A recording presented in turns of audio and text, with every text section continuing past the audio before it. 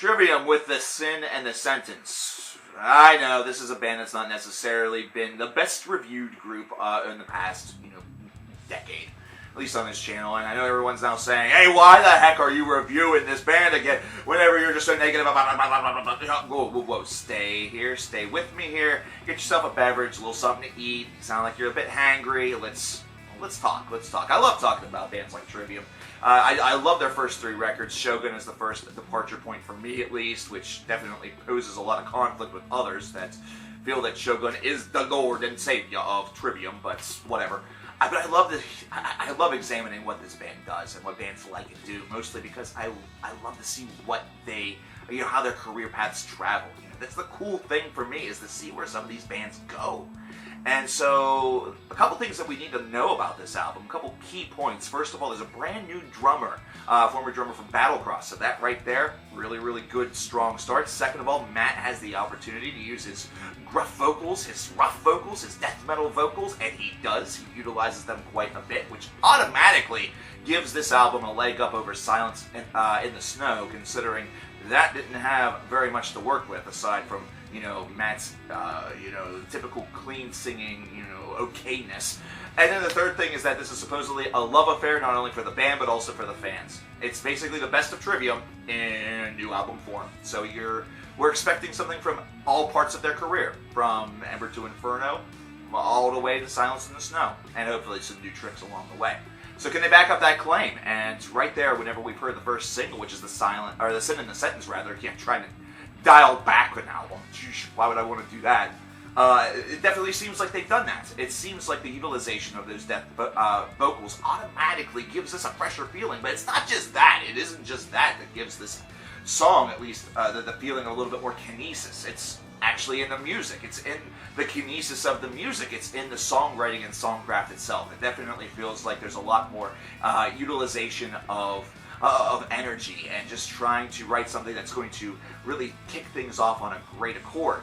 And this is no short song either. This is 6.5 minutes. A lot of the tracks off of this disc are going to border on the 5-minute mark, if not longer. They are definitely taking a little bit of Shogun, at least in that fashion, but this is an album that feels like it's utilizing it a little bit more efficiently, considering it's bordering a couple of shorter songs around some of the longer ones. And as a perfect exhibition of this, we have Beyond Oblivion and then going into Other Worlds, which also sort of exhibits some varied parts of the career of Trivium. So you have Other Worlds, which definitely feels like it has that modern, maybe Silence of the Snow feel that also sort of dials back the clock a little bit. And with Beyond Oblivion, it certainly feels like it's sort of lumped there in the middle. Maybe a little bit of Vengeance Falls in there, or Vengeance Falls rather, or maybe even a little bit of The Crusade.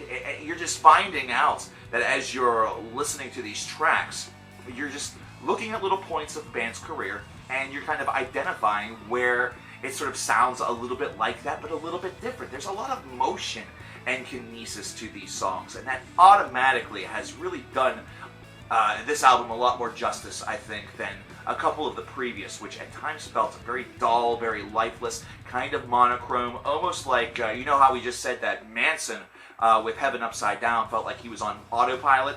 It felt like Trivium was on autopilot with a couple of those past albums. So then we get to a track such as Betrayer, and immediately it turns into a highlight, mostly because people will listen to that opening section, that black metal near section, the blast beats, that just fast-paced picking. It automatically casts this darkness around it, and really, if your track's going to be called Betrayer, I highly doubt it's about sunshine, puppies, and pooping rainbows. This is instead a track that definitely feels like they are channeling very old school Trivium, while at the same time pushing the boundary a little bit further, seeing how far they can take it.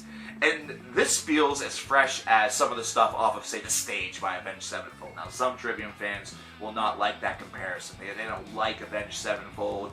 They want their Trivium protected within the confines of metal, but hey, A7X is a part of this as well.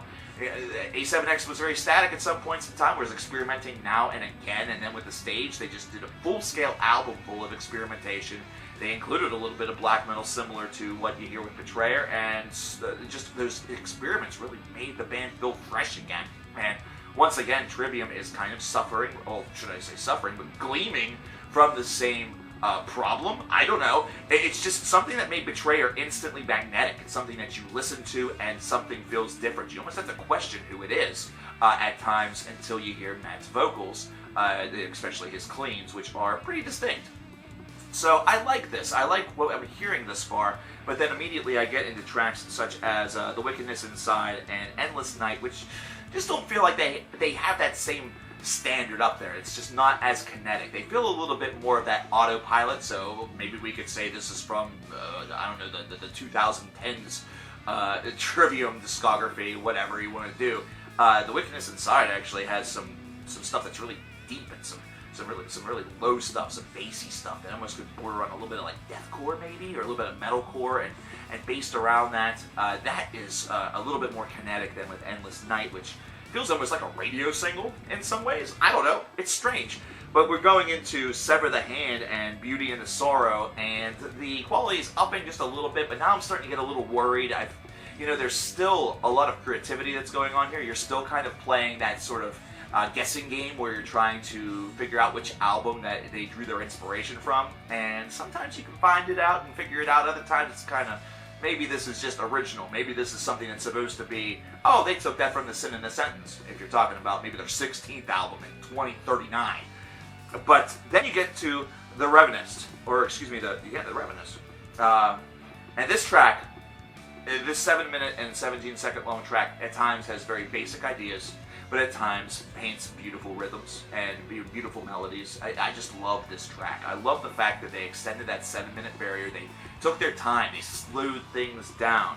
They really slowed things down on this track, and I love what they did. They utilized the space and the time beautifully. It's a greatly written song, and just all of those things combined have created something that feels very fresh, even though it is something that you can easily identify eras of Trivium through the song. You can certainly hear the 2010s and some of those clean vocals and some of the more simpler melodies, but then you get to the solos that are dancing around, and you can immediately go back to the 2000s era, especially the early era of the band, and you just have a nice combined effort. You have something that feels like a beautiful encapsulation of their career, but whenever you combine it together, play Mad Scientist a little bit, it has a great representation to it. This is an album that honestly, I'm a bit surprised by. I'm surprised by it because I enjoyed sort of playing the paint by number or whatever Trivium game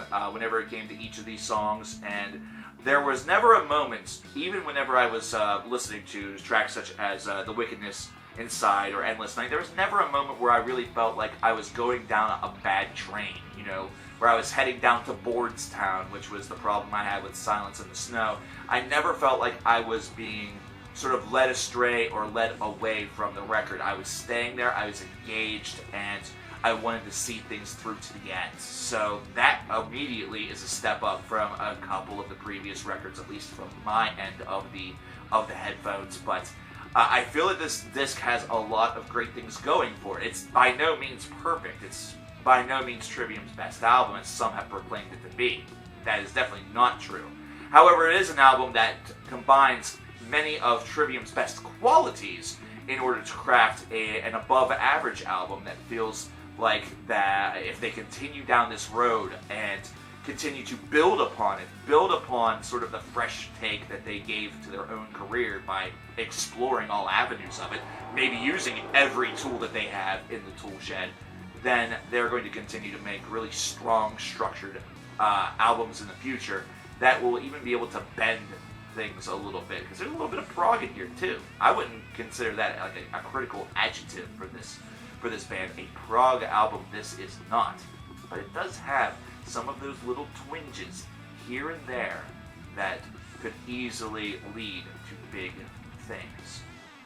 This album to me is a 19 out of 30. People will be like, that's really low, and I'll be like, no, it's not. It still is an above average album. It still does have a couple of issues. It is still Trivium that is really trying to explore themselves and explore their sound very well, and they do a good job on that release. I think that's a really fair score. Some will disagree. Others will think it's worse, but I wouldn't know. Tell me what you think, not only of this record, but what your score of it would be out of 30. Let me know in the comments below. I'm CoverKillerNation. I'll chat with you guys next time. Take care.